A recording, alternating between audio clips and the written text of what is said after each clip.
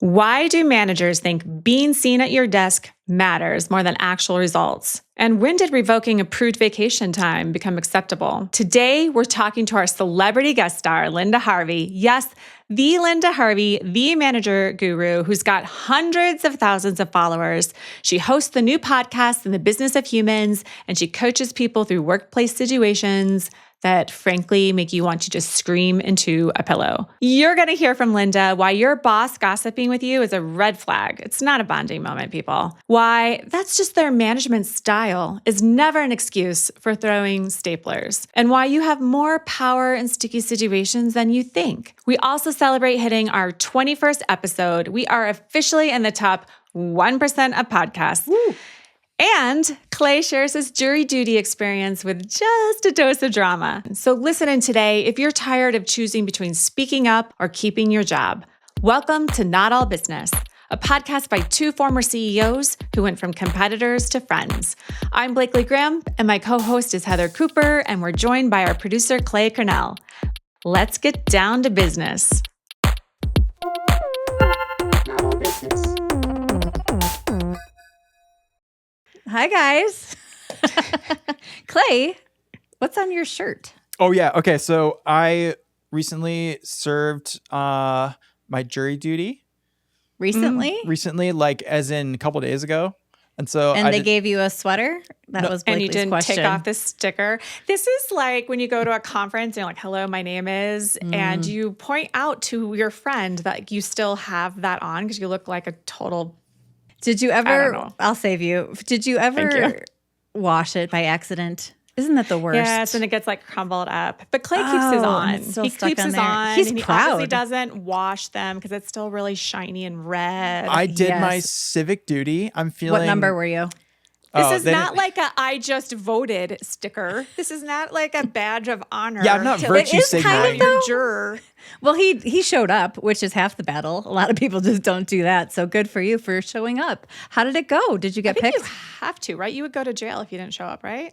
We'll see. I didn't. I haven't gotten taken away yet. I don't know. So what they say while you're there in the room, it's on all the mailing stuff, but they say to you, if you don't serve on a jury and you're called for jury duty, it's like some huge number of money or a jail term. But they're like, or a jail term. And they smile when they say it. And you're like, I'm here. Like, why are you telling me this? I made it so here. true. Don't scare me again. It's They odd. read that to They you? take it so seriously. Yeah, there was a Oh whole my video gosh. where they're like, if you don't serve on the jury, you'll go to jail. Okay, so you showed up. You Yeah. had to call in, I guess, ahead of time, and they said, yes, you do need to report, probably. Yeah, right? I tried to get out of it twice, actually, because I was like, I got work to do. I got stuff. Yeah, I don't it's have the a car. worst. At one point, I was like, transportation's an issue. Everyone's busy. We I know. learned this on the last Lynda episode, y'all. Like, you can't use that excuse. You got to show up, Clay. What are you trying to get out of it for? Because it's the worst. And do they still only pay you like $50 a day? What's the comp? $30. That's highway for the robbery. first day. That should be a violation of the Wage Act, honestly. I do agree with that. Yeah. That's my lawyer. That's my lawyer. No, it makes me mad. So I show up and there's a security line to get in. And, I know that basically once you even remotely get close, you're on camera. Like they just have cameras everywhere. So It's Detroit. you show up, I parked, I walk in, I double checked. I didn't have any lighters, no firearms, no ammunition, no explosives. Good thing you double checked. You're like, Yeah. do I have my Glock on me? Okay, well, I'm sorry, in go Detroit. ahead. Okay, so Right, I know. don't. Well, you know what? When we went to Casa Bonita, my son did walk in with his I works told you. box knife. And I that told you. was I not gave you a good. heads up and he still did that.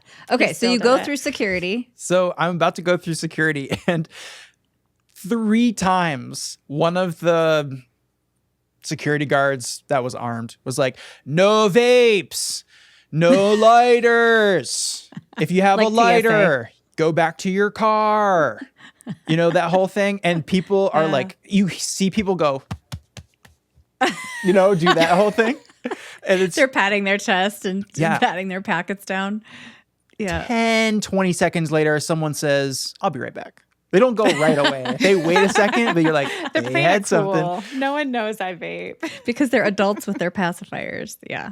So then we get into the, jury room, and there's, 300 people in this room. It's huge.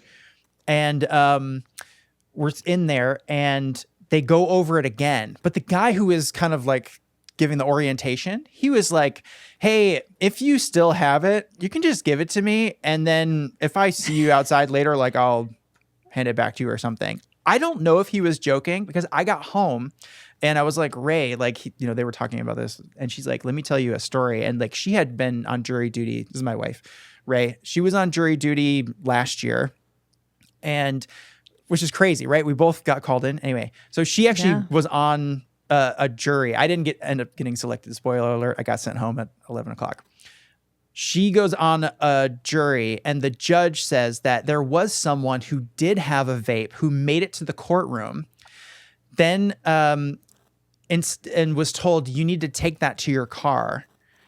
Instead of going out to their car, they handed it to a worker in the building. And then the judge found out about it.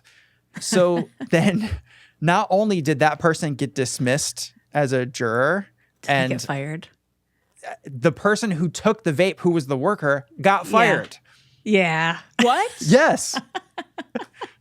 It's like vapes ridiculous. Are very dangerous, apparently.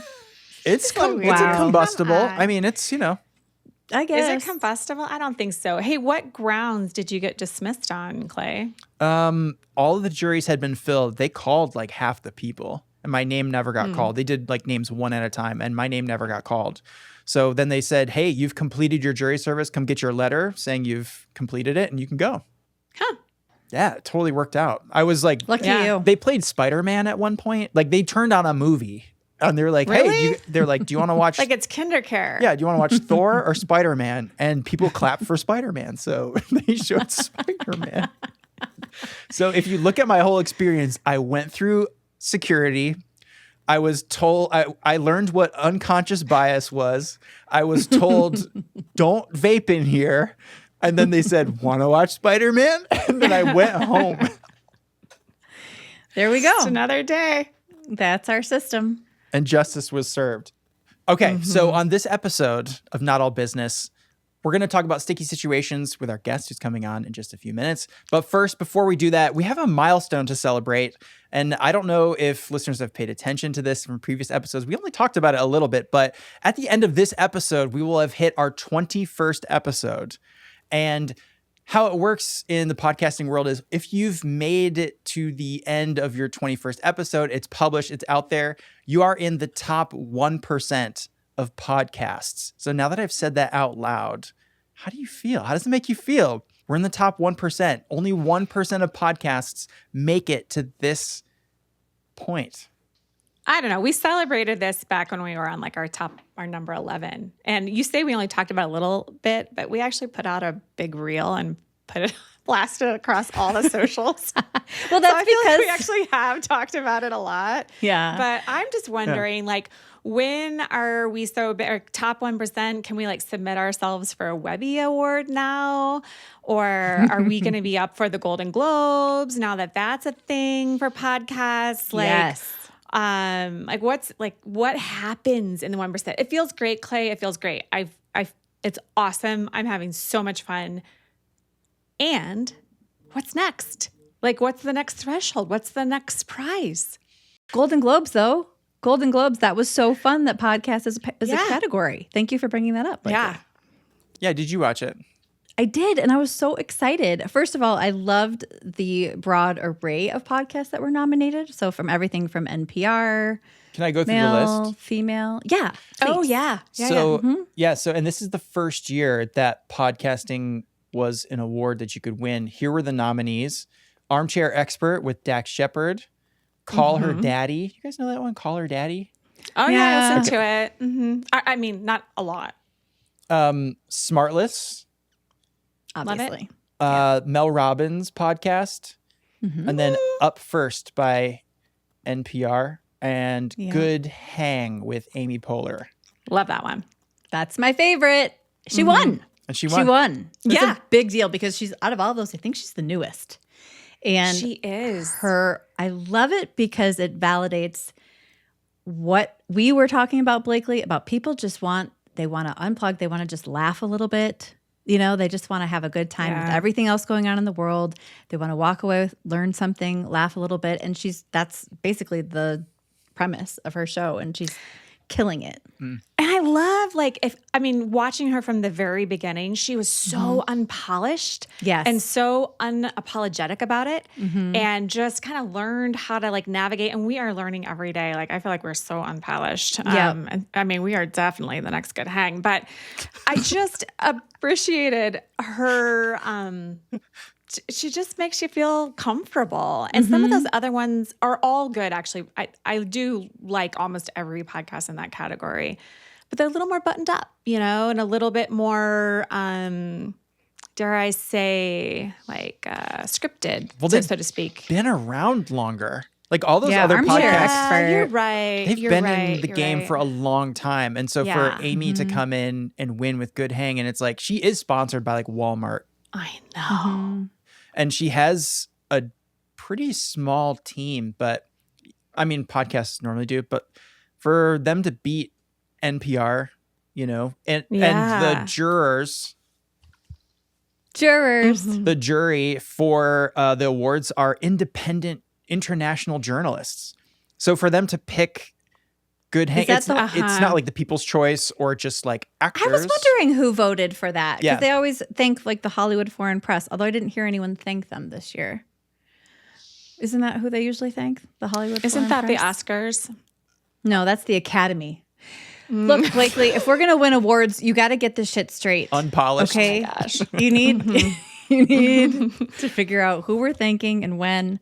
No. Yeah, speaking of which, who did Amy Poehler thank first? Her producer. Producer. That's right. I hope that's who I remember to thank.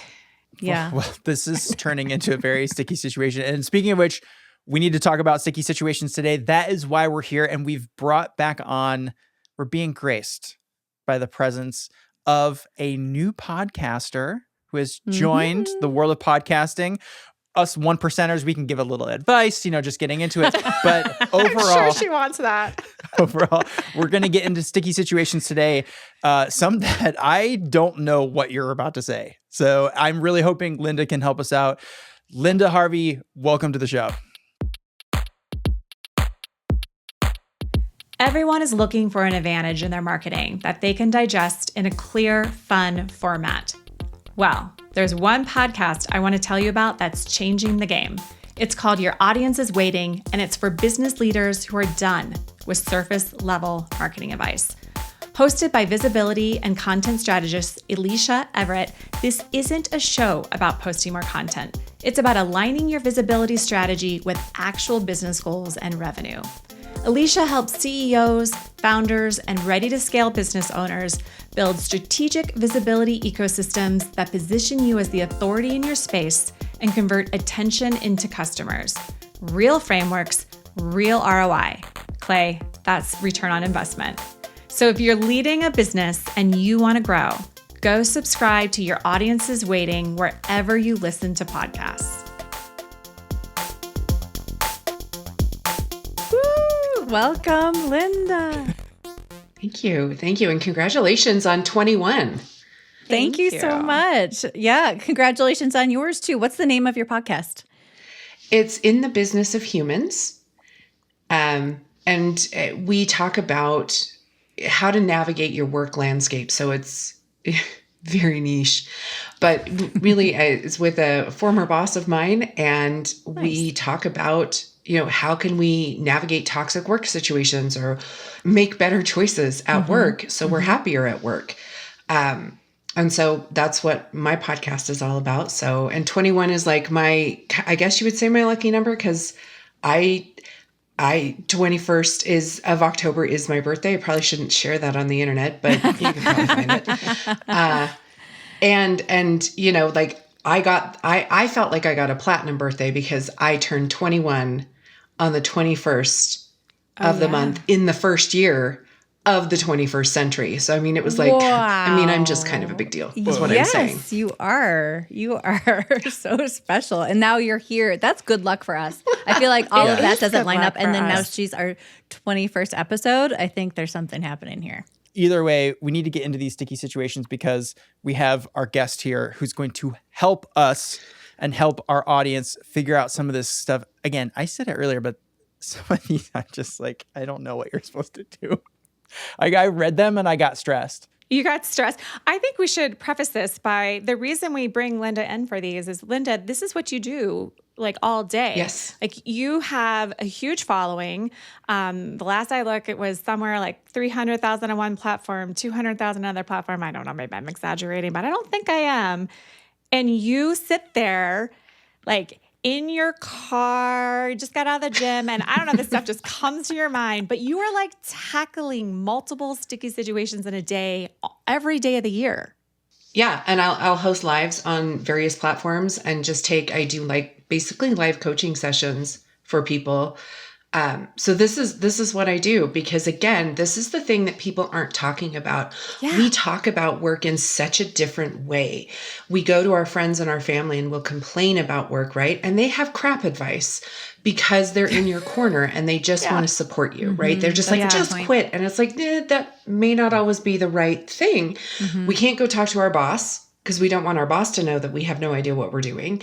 And we can't trust our peers. So really, there are so many people out in this space in life that just don't know how to navigate their work situations. And that's all I do. And so, Clay, I know you are feeling so uncomfortable because you're about to read these sticky situations. I mean, but first of all, nothing as bad as the tuna fish situation we had on our last sticky situation episode. So, and Lynda is not uncomfortable at all. She's like, bring it. So let's just like rip the Band-Aid here. Let's get into it. Yeah, she's called the guru. So there's a reason for that. Let's see. Let's go. Okay. First sticky situation. Are we ready? Ready. Yes. Okay. Let's go. I work when I'm actually productive instead of pretending to be busy 9 to 5. Sometimes that's 6 a.m., sometimes it's midnight. I get more done than literally anyone else on my team. But my manager saw me going into the gym at 2 p.m. on a Tuesday, and now I'm getting dinged for, quote, not demonstrating commitment, end quote. How do I explain that getting stuff done matters more than just being seen at my desk for 8 straight hours? That's a really good question. And one that I think a lot of employers and employees are experiencing, especially post-COVID, right? Like when we were all remote and we were all doing those things, like nobody could see us. And so I think we built new habits. Yeah. And the interest, and I actually think we're also seeing a little bit more of this with Gen Z. So Gen Z is coming into the workforce going like, why do I have to work when you tell me I have to work? And it's this old stigma of like, oh, well, we do this, right? We work from this block to this block. But that's also, if you think about when our work norms were established, it's before we were sending inter-office mail, right? Yeah. We were typing memos and dropping them on people's desks. Like this is when the work norms were really established, and we still have that old guard in place of saying like, well, but this is when we work, right? So I think for this specific example, it's about sitting down with your boss. And you'll notice we're probably going to talk about this a lot. A lot of this boils down to communication and having a really good level setting conversation with your manager and saying, hey, listen, like, can you help me understand does it really matter if my work is done or if these things are done? Like, help me understand. If your employer has communicated to you that the most important thing is visibility and being at your desk during working hours, then that's the most important thing. They don't care when you're inspired. They don't care that you're more productive. They don't care that your output is higher than everyone else's because the visibility is lacking. And so really it's about having that conversation with your manager and saying, hey, help me understand. Like, this is how I work best. This fits me the best. And of course, like if you are in a space where you can go and have an accommodation made, like if you have a company where you can go get working hour accommodations, go speak to your HR team, go have that conversation and see if you can get that adjusted. But have the conversation with your manager first. Allow them to see kind of where you're at to join you on your journey. And if they're unwilling, then they've shown you exactly who they are and what matters most to them. I agree 100%. The only thing I would add to that is there's an assumption that this manager appears to be making that there is a lack of commitment, which means, to your point, Lynda, there's a communication lacking of the value that is being happening at 6 a.m. or that, because if they're just assuming that they're not there, so there's no value, then why are they not seeing the value, and what's the gap there as well, which is another great way to approach it. That's not just about the working hours, but about like driving it home to the value. So if you're assuming that I'm not committed, are you not seeing my value like otherwise? And starting at that conversation too, to help get to the point, which is what you're saying, it's got to be value-based.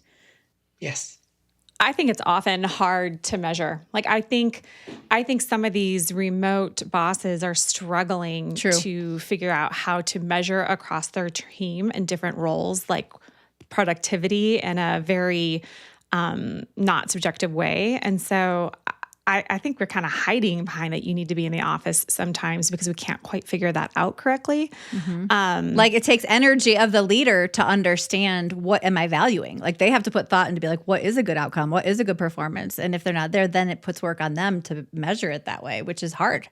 It is hard, but that's why I think what Lynda said was so important. Like we're going to talk about communication a lot. I agree. We probably will talk about communication a lot because there is something about over communicating what you're doing, how you're doing it, that like these things matter like right now as we try to like figure out this shift. By the way, I worked pre-email and I remember those inter-office memos and they had like the strings around them. Yes. What did we put in them? I honestly can't remember what we put in them. What was in there? What were we inter-office memoing? I used to send just notes to people. I would just send a note and be like, hey, how's your day? How did they get from one person to another?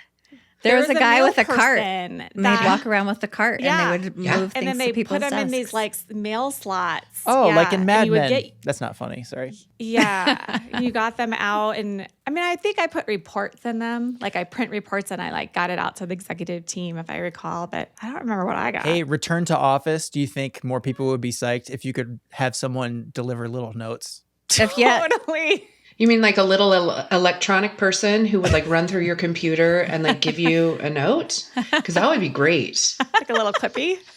No, I'm talking physical notes. Person comes to your desk and says, hey, what you got for 6th floor? They would if they're itching for something. If there was a martini cart on the cart as well, I think people would be excited about that, just like Mad Men. Yeah. Yeah, they would. No, then it's going to become like sending your Valentine's Day in high school. You know, that day where you're like, did I get a Valentine? Did I? But then you were like the one that didn't get the Valentine. That's what that would be. And no. I'm sorry. Were you doing that in high school? Is that the right reference? That was an elementary school thing, right? Were you guys still making your Valentine's boxes in No, in we high had school? to pay for them in high school. Yeah, you paid to like send them. Oh, like the roses. Yes. Oh, and you could that was upgrade and have the horrible. choir team sing to you. Do you know what was the worst is my mom would send me the Valentine's roses because she was so terrified that like a boy wouldn't send me one, which is super sweet. That's not the worst. That's the best. I love your mom. Oh, who sent you, the roses? My mom was the answer. It was sweet. Anyway, go ahead. I digress. We can cut that. That's when you learn to like not tell the truth and say like, I don't know, Thank you, secret Lynda. admirer. Yes. Oh, why? Yes, Gosh, 100%. I wish I should have been a worse kid. I would do it so differently. You're right, Lynda. That would have been so much better. All right. Sticky situation number 2. Take us away, Clay. Okay. Actually, Lynda, can you sum up in one sentence your advice? Just to recap for the. Oh, that's high pressure. Yeah, go have a conversation with your manager. Find out where the disconnect is and just get really clear on what's expected and what your working hours need to be. I'm going to come back to you for a recap on every single one of these. Okay. That was really good. Perfect. I know. This is what I do all day. Oh my No, gosh. God Why bless you're you for here it, right though. now. Yes, the guru. Yeah. Okay. All right. Next, my 62-year-old boss just told me, I'm going to do a voice. You millennials don't want to work hard enough. after I said I couldn't afford a house on my salary, he bought his house in 1987 for $89,000 US, and now it's worth 2.3 million US dollars. Of course, because he probably dropped it into the conversation. I make this. You Zillow that. Oh, you Zillow it? Yeah, that makes What's your estimate? Yeah. I make the same salary he did then when you adjust for inflation. The same. How do I have this conversation without losing my mind? I do have a lot of questions, number one, on like why you know your boss's address and like their house and those types of things. So I have a lot of questions. I also feel like dropping in the fact that this person was 62 was just completely irrelevant. So these were pieces of information I don't think that I needed. Because I think, I mean, if we're going to talk about bias, I think number one, you're coming in with some bias and you're coming in with some assumptions as well. Yeah. So like, be careful. Sit down, put it down. My daughter would tell me to put it down. So here's the thing. First and foremost, not every conversation needs to be had. So coming in and having a like, why are you making this claim because you want to get a raise? Like if you're having this conversation because you're saying like, hey, listen, with the price of homes and with the price of everything based on my salary, I don't make enough in order to buy a home. This is not a solid negotiation tactic for getting a raise. Never say your expenses go up. Yeah. And then if your boss is saying you millennials don't want to work hard, I also think that there's something that's there too, similar to our last situation of like, what's the perception of your work or what's your output? So there's a few things I think for this person to just unpack in general and get really, really honest with themselves on. But I think it's also like, do you need to have this conversation? If your conversation is more in passing and flippant, don't say flippant, passive things to your boss, because obviously they're just going to try and get a dig in on your age range, right? Which is ridiculous. So first and foremost, I think like you need to evaluate, is this a conversation that you need to have at work and with your boss? If you're like, yes, I do, because I'm trying to negotiate a raise, you need a better tactic. You need to talk about your work output. You need to talk about like your responsibilities. You need to talk about the scope of your responsibilities, how they have gone from what your job description started out to of what you're doing today. So, I have a lot of things to say, obviously, on this one, but I think that this may not be the conversation to have with this person, because it doesn't matter what you say. They are not going to see eye to eye with you in this concept of like, I can't afford a home, which, I mean, I don't think anybody can afford a home any longer. I think about my children and I'm like, I don't know how they're going to do it based on wages in the United States and all of the things. But for this person, I would say, is this a conversation worth having at work? Yeah, I totally agree. I think it's interesting, the comment itself, I would really want to know the context. It could have been an off the cuff, you millennials don't work hard enough, or it seems to have ignited something in this person where maybe that was something they were bringing with them growing up, or, do they have this thing about being misunderstood about their work? But all of these other tangential issues of inflation and the guy's age or, his opinion, it seems very vague. And so really checking in with yourself first to say, why am I so ignited in this way? What is really underneath this?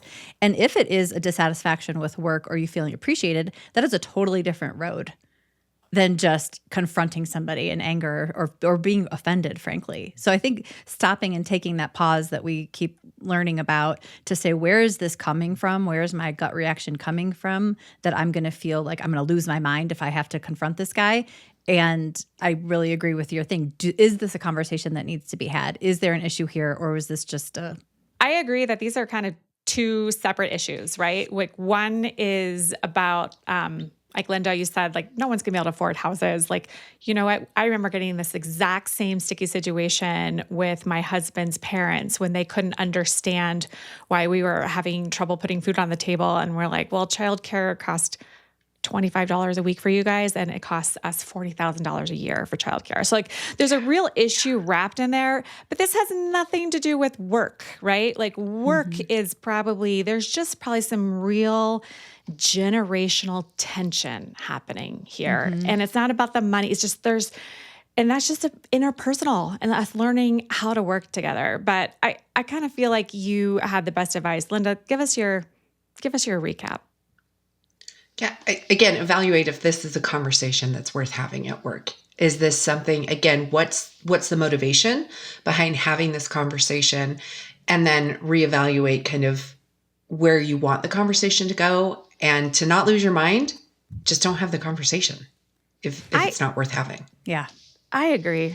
That's actually great advice. Sometimes just don't pick the fight. Walk away. Yep.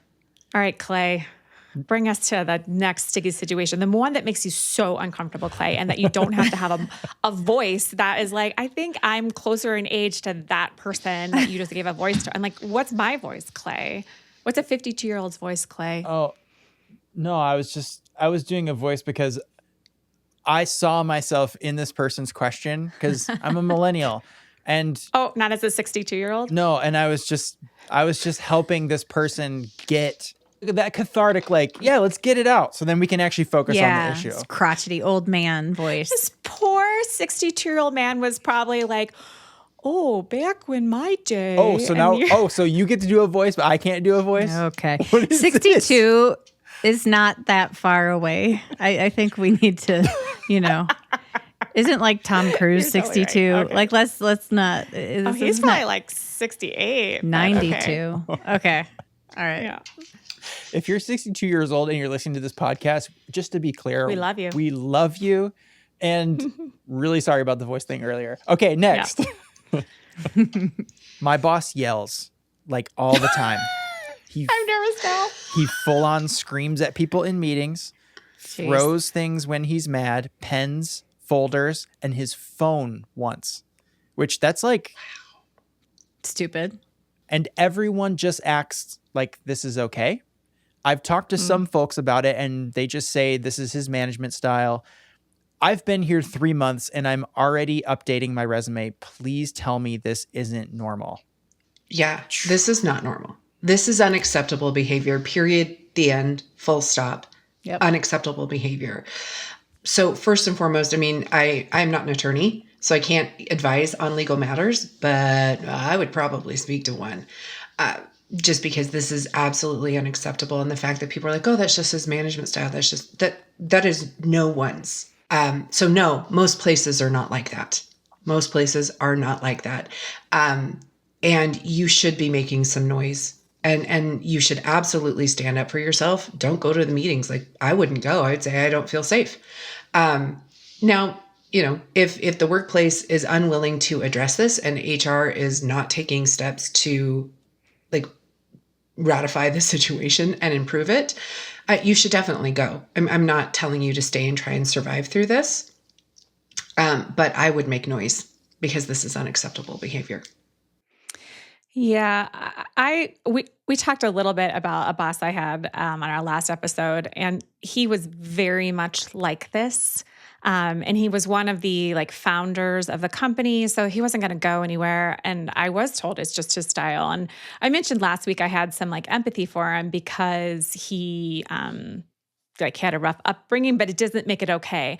And the only message I want to give to add on to what Lynda said is 23-year-old Blakely did not know what to do. I did not know who to talk to, and I didn't feel comfortable talking to anyone. And so I agree with Lynda, it's not okay. And I just want 23-year-old listeners to listen to Lynda because we suffered under him, and it was awful. And you should not have to suffer in that kind of environment. No. Full stop. And we do have a lawyer on the call. So lawyer Heather, where are your glasses? Do you have them? I do. You want me to put them on? This is magic. Okay. Put them on. Put them on. Here it goes. Do they have to take this, lawyer Heather? I love the glasses. Yes. I feel smarter. So no, you do not have to take this. I will say the tricky part is this. For employment discrimination claims, it does have to be based on a protected category. So we don't know the category of this person who wrote in, but it could potentially raise to bullying, which isn't illegal in all states. But if you are repeating it over and over and you can show that and it continues, and then you are getting like poor performance or something, then that could rise to the level of what's called a retaliation claim. So it's not that you have no recourse. It's just a little bit more difficult unless you're part of a protected category based on, race, gender, religious status, all those things. So definitely bring it up. Absolutely report it. Refuse to comply with that type of behavior as just there's probably most employers have a code of conduct in their handbook, and that would be a clear violation of your business code of conduct. Absolutely report it. Document it. You do not have to stand for that behavior. And then absolutely polish your resume. If that person is the CEO, I would be not trying to change it from the inside out. I would just find another place. If it was a manager that could be worked out of the organization based on enough people complaining, it might be worth sticking around and impacting your environment for change. But if it's coming from top leadership, I'd just go somewhere else. Save yourself. Yeah, probably true. Can I address one other part of this, which is everyone just acts like this is okay. That part of it, the social aspect where it seems like everyone else is just agreeing with it. If you're following the advice of our podcast, it might look like you might feel like you're being gaslit by your workplace, by how everyone else is just making it through, saying it is okay. Yeah, and that would be ripe for retaliation, because if that's true, then the complaints would potentially fall on deaf ears, in which case you become the one that's not playing along, and then all of a sudden you're not pulling your weight, you're not doing your job, they're finding issues with your performance. So not to expand the sticky situation, but then what do you do?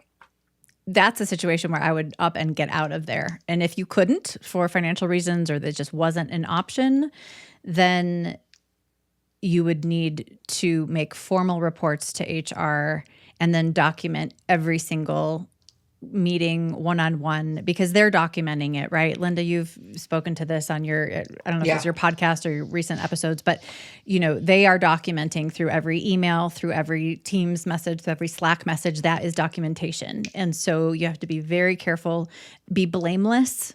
Don't be going and, impacting other people's work or taking away. Make sure that you are just continuing to do your job as well as possible, and be very careful about every single thing you put in writing.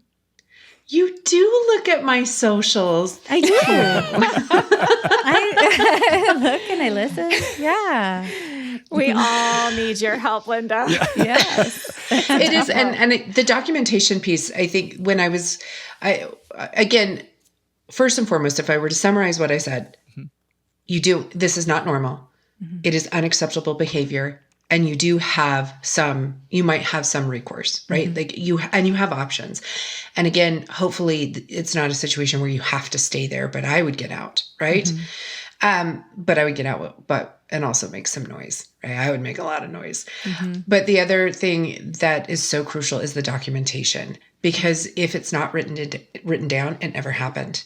And so you absolutely have to write down what was said verbatim, what was thrown, who was in the meeting. Yes. Because sadly, the burden of proof will always sit on your shoulders. And so it's critical, if you're going to make a claim, or you're going to file a formal complaint, or even if you were to go seek counsel, you would be asked for this evidence, for this documentation. And I'm sorry, but the burden of proof sits on your shoulders. So write things down. Keep detailed notes. Just don't put them on your work computer. Yes, because they can wipe it the second you walk out of there. So that's why I have that notebook, you guys. They can wipe it while you're sitting there. They don't even need permission. They log everything. So if you're keeping a detailed record, also don't tell people you're keeping a detailed record. These are amateur moves, but don't do it. And then don't keep it on your work computer because they can see everything. Yes, write it down in a little notebook. I was just going to pull out my burn book. Oh, She's got one and she's documenting stuff on us. I do. I have it's my burn book. Oh my gosh, there's tabs. sticky tabs. oh, Yeah. is there one called Heather? What is it? Yep. What are the tabs? Yeah, it's like all the shit Heather does. To make my life more fun. Yeah. Clay's poor performance when he name drops other podcasts. It's all here. It's all here. My burn book. Making note Everyone of it. should have a burn book locked at their desk. You have one locking drawer at your desk. That's what goes in it. We've talked about this before. And whiskey. Yes. Yes. The emergency tequila. Can we still do that? We used to do that. Yeah. Yeah. Everybody does that. Yeah. I always loved it when they rang the sales gong. We were allowed to get the whiskey out. Oh, really? I'm sorry, what? Oh. There's a gong? Yes. So like We had when a you gong. do the big sale, there's a gong and like Yep. the bros ring the gong, but it means like the Why does it head gotta of be sales bros? unlocks the because it was back then. It's not It anymore. was bros. Although I did have a superpower Do better. enterprise like sales girlfriend who was awesome. So she rang the gong. We did too. Mackenzie. And then we did the tequila shots. Wow. Whiskey, tequila, whatever. At least you probably didn't do that many tequila shots though, because you didn't have that many sales. So it's not like everybody was getting drunk at work. Right. Are we talking about our companies? We Yeah. never had a gong at our company, and we did not do tequila shots at our company. I talking thought about, that's like, what the you were old talking days. about. And we made more in sales did. than you. So, like, let's stop No, you all didn't. this comparison. Yes, we Okay. did. You're right. Now, what's did. the next sticky situation? We've got time for one more before we need to wrap. That's it? Yeah. Boo. Wait, we never have enough time for Lynda. Okay. We've got time One for more. one more. So I'm going to ask, what do you guys want to talk about? Do you want to talk about gossip at the office? Do you want to talk Yeah. about a boss revoking PTO? Or do you want to talk about I want to talk about PTO. Like if I'm picking, I want to talk about PTO. Okay. So we'll do two, but you got to keep it short. Okay. We'll keep it short. First one we're going to get to. Here we go. Sticky situation. My boss treats me like a friend and is constantly gossiping about others on the team. It makes me uncomfortable, especially because I wonder what she says to other people about me. Confronting it feels a bit dramatic, but continuing to pretend I'm enjoying the conversation feels like a betrayal to who I am. Help. That's real. Yeah. That's So real. real. And it happens more than I think we'd like to admit. And again, because managers are just as lonely. I think the managers are actually the loneliest employees of all. And the higher you go in the management trail, the lonelier you get. And so they look for people to connect with and have these conversations. But if it makes you uncomfortable, the first thing I would say is when they come and have the conversation with you, I would just say, hey, this actually makes me really uncomfortable. I'd rather not have this conversation. That's so hard to say because it's so And that- awkward. And then you feel like you're being high, like better than thou kind of person. Isn't it? You just also kind of nip it in the bud. But you're totally right. Like Lynda, you're 100% right. I'm just saying, like, I want to acknowledge that is a very awkward thing to do because it's like shaming the other person. It's hard. Yeah. Is there a way to say it that's not shaming? Well, you should shame them. Shame on them for doing it. So That's there's fair. that. Now, Yes. if you Yes. if you are in this position where you're like, I am never going to say that, it makes me uncomfortable. I'd rather just sit and be also uncomfortable because you're allowing their comfort Right. to be over your comfort. Right. God, Then I the love next your thing I boundaries. would do is I would just say like, oh, I gotta go. You know, like Get make yourself an out of the excuse to leave the situation. conversation. Yeah. Just, oh, you know what? I do. I've got to go. I have this call. I have this thing. Start just having reasons to stop having the conversation. Actually, that's really good because they don't have anything to feed back off of, right? Yeah. So is that what you mean? It's like because if you're encouraging it, then it's like encouraging the conversation versus kind of shutting it. Like, actually, I need to step out. Then they know, oh, she's not into this. Especially if you shut them down a couple of times.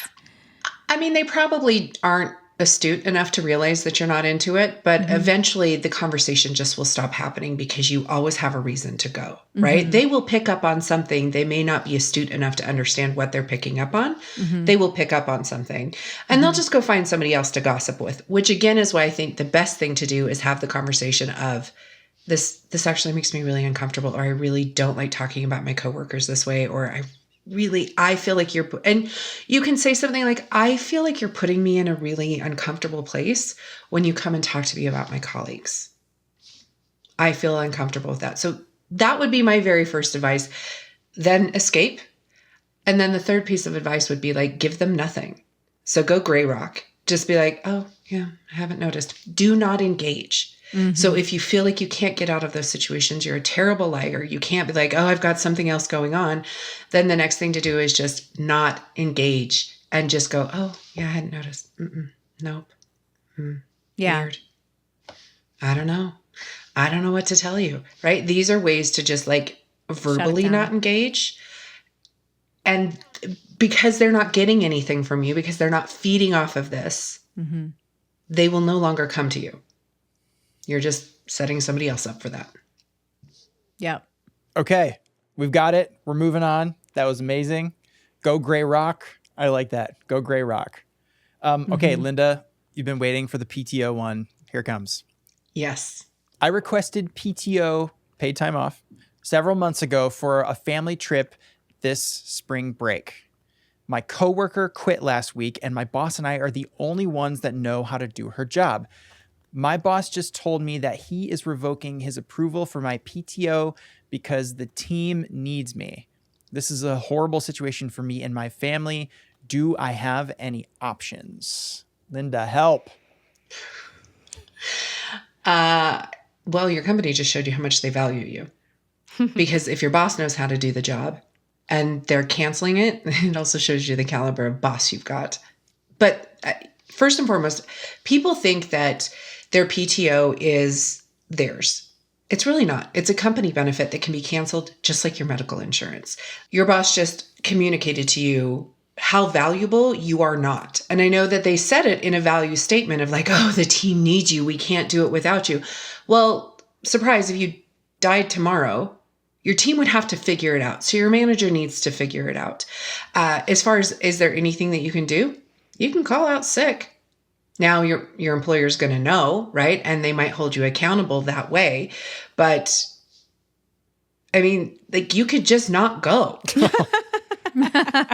I'm not a big fan of like, although I've mentioned being dishonest a few times on this call, maybe I am a fan of being dishonest. I think I have some soul searching to do after this. But we really hold so much more power than we think that we do. And we're operating out of this place of fear of being held accountable. But if you're willing to be held accountable and you're willing to do those things and you've already prepaid for your vacation or you've spent all of this money or you are going to lose your PTO, I might just not show up. I think this also demonstrates a lack of creativity on the company and the boss. Like, I get there are mission critical jobs out there, but if you're in a mission critical position, you know it, right? And you know if someone quits that you're going to be up. Like you're kind of prepared when you're working in one of those mission critical jobs. All these other jobs, like why aren't we just like saying, hey, customers, we're short staffed. We're going to be delayed on your customer service responses this week. Or you see small shops shutting doors being like, yeah, someone's out sick. Like it's okay for us to all slow down our corporate wheel. It's okay to slow it down and allow our employees to have this pre-approved PTO. So I don't know. Yeah. I get tired of this kind of stuff. Like we're just in a rat race for what reason, you know? Yeah, Let's be good to people. I think we need to stop assuming and taking things so personally.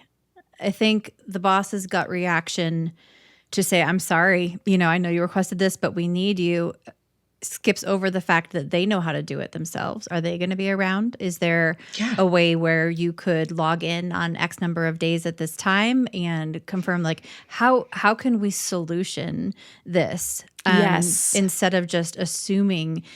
Also, does the boss really understand that it's been booked? I mean, gosh, when I would review PTO, it was such a fast thing because they would come in and you take a quick look at the calendar. Yep, we're coverage. I'm not going in 3 levels deep to understand the context of the trip.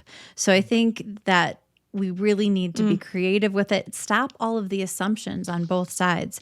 Work to do that. And if they're still standing ground and it's just unfair, then that shows you exactly who they are. Are they valuing you, like Lynda said? And that's like very revealing. And if they're not, what a huge mistake.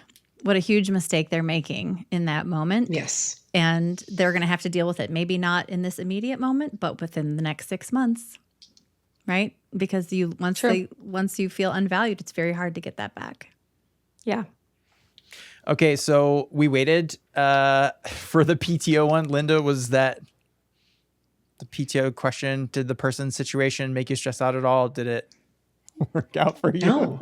No, I feel badly for them, but I also I hope that there are other people who I don't want you to be in this situation, but I hope that the whole message is that you have more power in this dynamic than you think you do. I like that. I think that so much of what we're trying to do on the show is really shed light on these situations so that people understand the power that they do have at work and that they have a say in how it goes. So number one, I really appreciate that you've come on the show to help our audience out, help us out, and people who are not going through these situations right now will probably go through one of these at some point.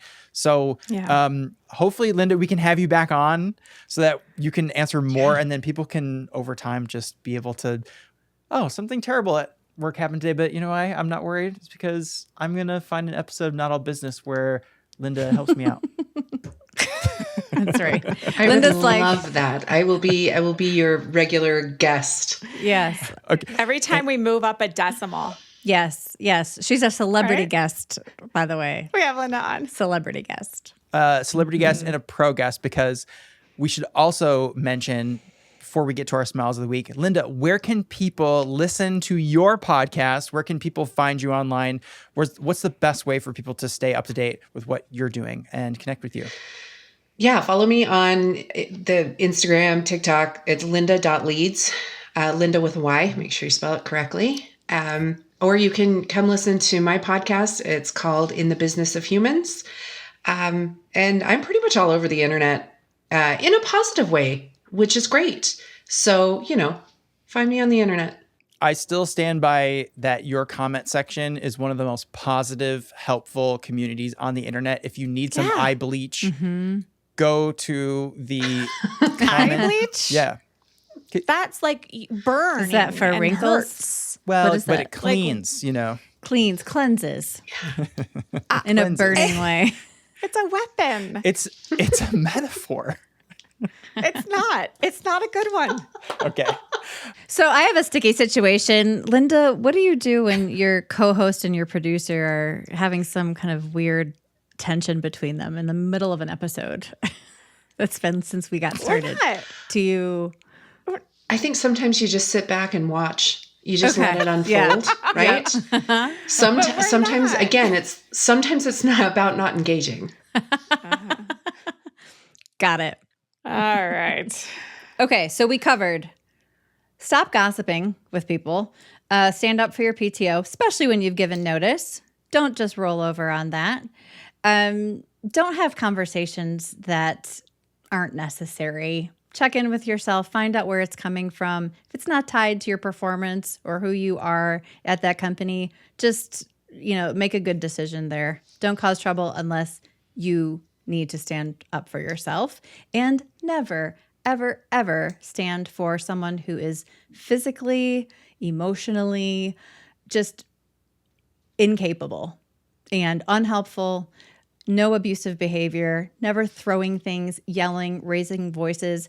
They're going to act the way they want to with their friends, with their family, or whoever has allowed them to act this way. That is never, ever okay in the workplace. So you protect yourself, you protect your environment, you keep your peace.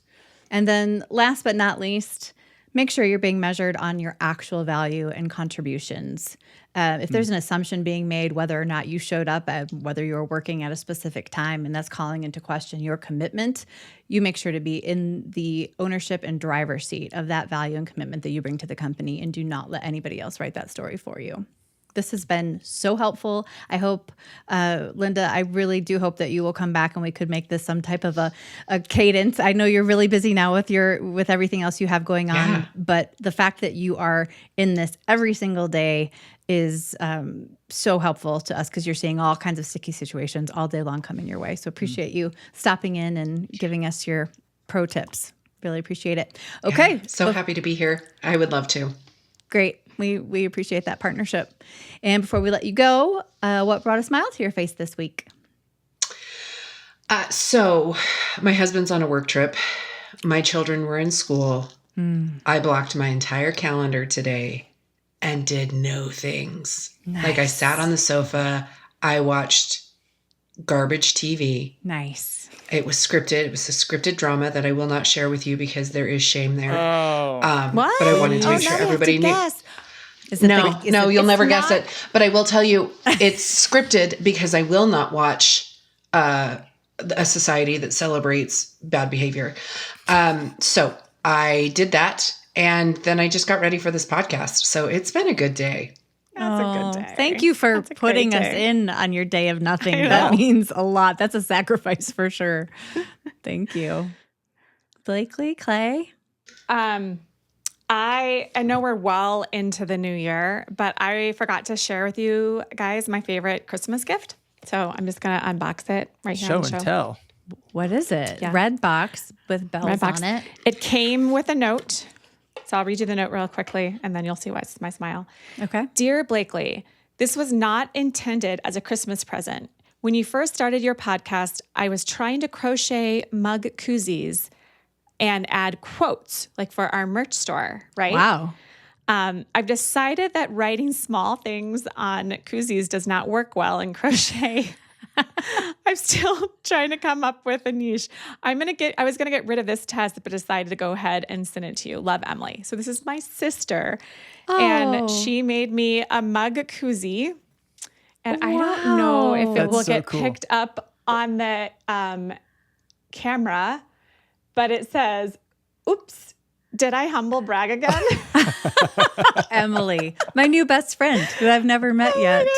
She's the best. I love that when I opened this, I started crying. I was laughing so hard. It was awesome. That's hard I'm gonna to put do it on my mug. To crochet words in, wow, that is difficult. But she could be on our merch store that we're launching next month. So Absolutely. Thank you, Emily. I love that. That's perfect for you. She's the best. So good. Clay. My smile. Wait, did you just say that's perfect for you? Yeah, I said it was perfect for you. See what I mean? We still have this tension. Come on. What's going on between the two of you? Remember? That's out in 2025. Okay, go ahead, Clay. Sorry. Okay. That is not even close to true, but we're just going to move on for sake of brevity. Okay. My smile of the week was actually completing my jury service. It felt really good. I actually, at the end of it, I felt pretty optimistic about what? About what? Our country? Where is this going? What our judicial system? How? What? I was wondering why he didn't take his sticker off. He's so cute and proud. What did they do? I don't understand. Well, first of all, I didn't even finish my sentence. Okay, you're right. Sorry. Okay. Lynda, what do you do when when the people who you work with judge you based on half of what you just said? I'm just kidding. You're right. Okay, we can cut all of that out. No. Back up. Start over. Start over. Yeah. I walked away feeling like I do not believe that our judicial system is perfect by any means. But the people who were working that day, all the judges who came and visited us, all of the system that was in place, teaching people about conscious and unconscious bias, at the end of it, I felt really, I was like, this is good. I was like, there are people working hard every day to make this system work, and they are not easily shaken or easily going to just stop. At the end of it, I felt really good. I watched Spider-Man and I just kind of like had little small conversations with people. I was going to ask you that. And I think this is part of it. I guarantee you, if you think more about this, this is part of it. You were in it together with all those people in the room. You all got the same notice. You all have other stuff going on. Instant community. You found that, and all of a sudden you're in this community and you're sharing this experience. You're experiencing it live. Oh my gosh, did you see that? Oh, that's so weird. And there's just this shared thing, which we lack so much today. We are craving that. I guarantee you that was part of just the good feeling. Maybe you didn't know where it was coming from. It's definitely not coming from our judicial system working very well. I promise you that. Because you didn't get to see that part, though. Really, you didn't. You got to see the front of the intention of it, but you didn't get to see it through. But you got that community experience. I bet that was part of it. It totally was communal. So you're totally right. Yeah. All right, Heather, what's yours? So my smile of the week is that yesterday I got a little Amazon package on my front door for a much awaited order, which was my copy of Lindsay Ferris's book, How to Smell Your Own Shit. So it's very easy to read. It's so well written and just funny and to the point, and just it's awesome. I highly recommend it to anybody. It's a new take on kind of that inside voice, gut check, and things that we all lean on every day. So good. And just to dive a little bit deeper into that to make sure that voice is the one you should be listening to is worth it. And it's a quick and easy read. Highly recommend it. I'm really enjoying it so far. So very good. Awesome. Yeah. Great. Amazing. Thanks, everybody. Lynda, thank you again for coming on the show. Listeners. Thank you, special guest star. Thank you. We need to have her on the thumbnail with a star, The guest Love starring. Boat theme. I am going to put her in a Love Boat bubble. Yes. Special guest star. Can we do spirit finger? Yes. Made him okay again. You can check out Lynda's podcast, In the Business of Humans, anywhere you get your podcasts. You can follow Lynda on TikTok, Instagram. Do people do Facebook? Are you on YouTube? No.